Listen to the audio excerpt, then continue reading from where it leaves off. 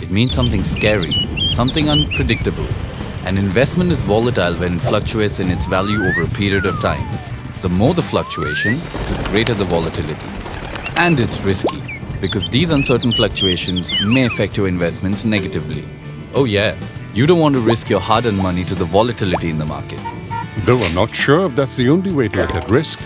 If one looks at risk in the context of investing, and it becomes the variability of returns from an investment, changes the meaning quite a bit, doesn't it?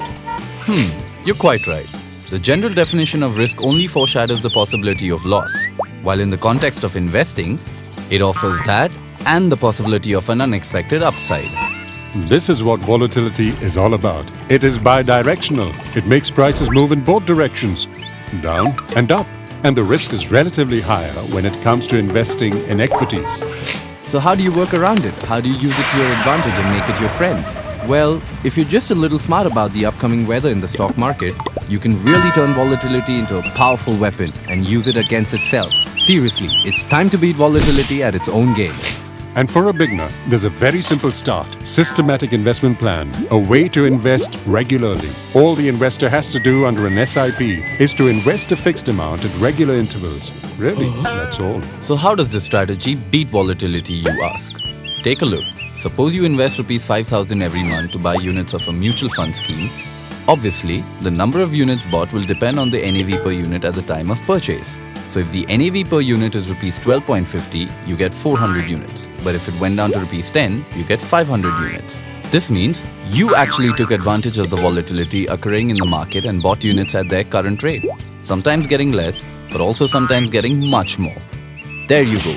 That's you beating volatility. And this can continue to happen without any effort from you, apart from the discipline of investing regularly. Buying more when the price is low and buying less when the price is high. Much like you going to the mall during a sale to pick up bargains. On the other hand, if you have a lump sum amount, you can also benefit from volatility by opting for a systematic transfer plan. You can invest the lump sum amount in a liquid fund and periodically transfer portions into a chosen equity fund. This way you get the same benefit as an SIP, in addition to deploying a lump sum more productively. Yeah, you don't need to commit your lump sum investment to an equity fund, but instead invest in a liquid fund and get the power to play the field. It gives you the flexibility of realigning the bifurcation of your fund investments and hence your returns. That's you beating volatility once again. The point is to realize that the volatile movements of equity investments even out over time. Therefore, a long-term strategy is important because when stocks go up, it helps long-term investors who are bought during periods of volatility. Remember to stick to a disciplined plan when buying regularly and don't panic if prices become volatile.